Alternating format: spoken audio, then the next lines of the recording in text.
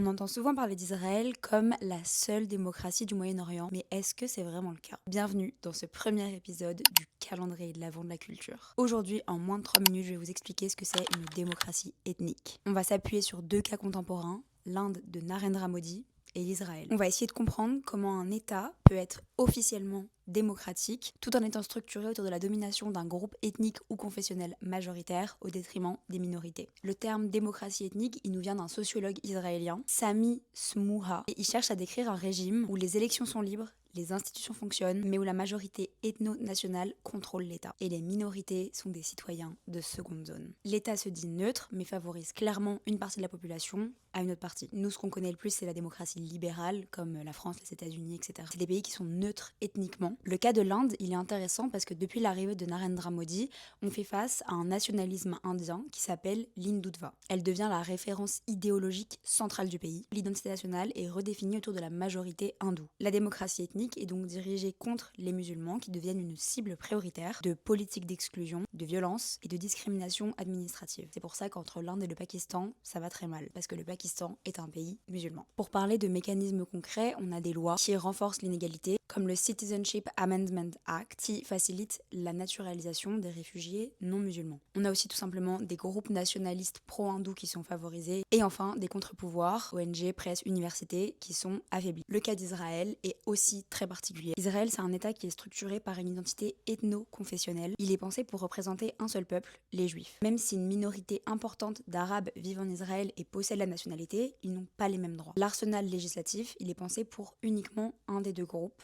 pas les deux. Il y a donc une contradiction structurelle entre l'idéologie sioniste de l'État juif et le cadre démocratique. Les citoyens israéliens arabes sont donc de seconde zone. L'État accorde plus de pouvoir juridique et symbolique au peuple juif. On a par exemple la loi du retour, mais aussi le statut de l'hébreu comme une langue supérieure, ou encore la politique de colonisation dans la Palestine. Enfin, on parle aussi d'une dynamique de sécurisation, parce que les populations arabes sont traitées comme un risque constant. L'Inde de Modi ou Israël montrent que la démocratie ethnique, ce n'est pas une dictature. Les institutions démocratiques en tant que telles existent bel et bien, mais elles fonctionnent dans un cadre différent de celui qu'on connaît. La majorité définit l'identité nationale, les minorités sont marginalisées, et l'État présente cette domination comme compatible avec la démocratie. Merci de m'avoir écouté. À demain pour le prochain épisode du calendrier de l'Avent.